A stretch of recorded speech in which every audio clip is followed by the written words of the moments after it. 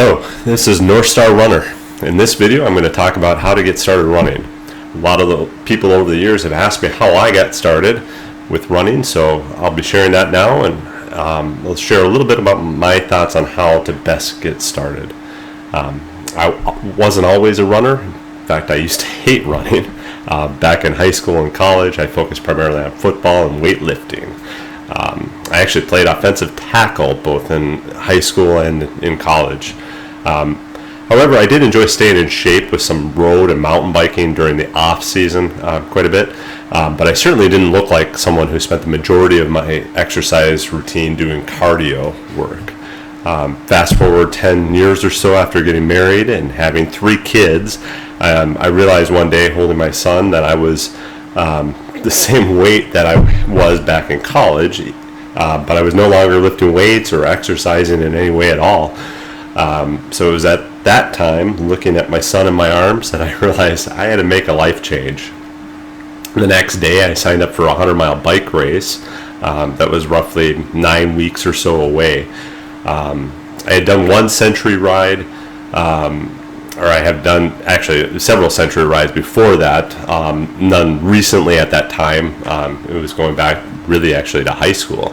But with 3 kids, I quickly realized that 5-hour training rides were just not going to fit my schedule. Again, 3 kids, full-time job, I simply didn't have the time. So I started thinking about how I could burn more calories in a shorter amount of time and get into reasonable enough shape to complete that race. So that's when I started running. At first I'd get winded and have trouble after about a mile and have to walk a bit before resuming to run. The run walks the first couple of weeks were only about 5K or so.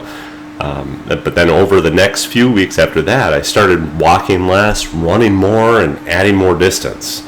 I'd mix in a ride or two, primarily on the weekends. And by the time of the race, I had progressed to running 6 or 8 miles on my longer runs and felt comfortable with a weekend 100K bike ride. The race went well. I was surprised to have finished more comfortably and at a faster pace than I'd ever ridden before.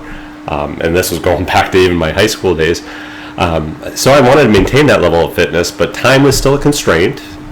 And frankly, it always is. So I decided to focus more on running at that point to maintain my fitness.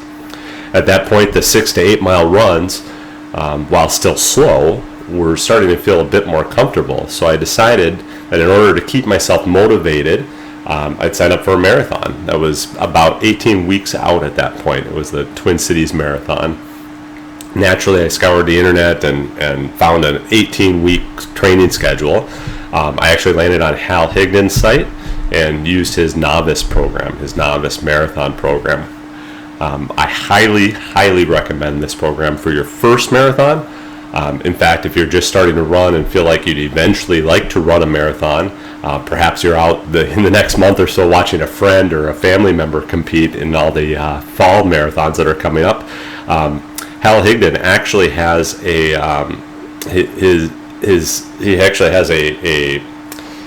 essentially a base building, novice base training schedule that you can actually run prior to his novice marathon plan, and those 2 plans together are nearly identical to what I ran the year that I took up running for the first time, minus the 100-mile bike ride. Hal Higdon doesn't build that into his schedule, but feel free to do that as well.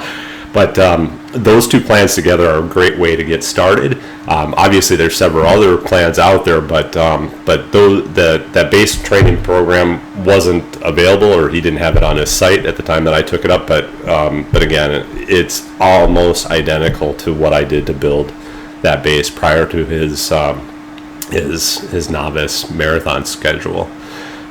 Again, there's certainly other plans out there, especially for running your first marathon, but no matter which plan you use, the goal for that first race, whether you do a 5K, a 10K, or you do decide to do a marathon, the goal should just be to cover the distance with as little discomfort as possible. Worry about speed after you have a bit more experience under your belt. Run for fun and enjoy that experience of your first race so that you leave feeling encouraged and excited to sign up for that next race. Remember, your goal should be to focus on living a healthy lifestyle, which is much, much easier to do if you develop a love for running rather than just attempting to check a race, a marathon race or whatever type of race off your bucket list. Don't make it a bucket list item, make it a lifestyle change, and just commit to that. And by having fun doing that, that's probably the best way to make it, again, that lifestyle choice rather than just a bucket list item. As always, please leave your comments below. Let me know what training plan you use for your first race. List some pros and cons of that plan. Also, please let me know if there was any other topics that you'd like me to cover in this series. Next week, I'll cover some more advanced training plans that I've used and share more details on this past season where I focus more on the Maffetone method. Feel free to look up Maffetone's website for more details on that, but I'll share a little bit about my experience with that. Again, this past season, I focus more on that for the majority of my training.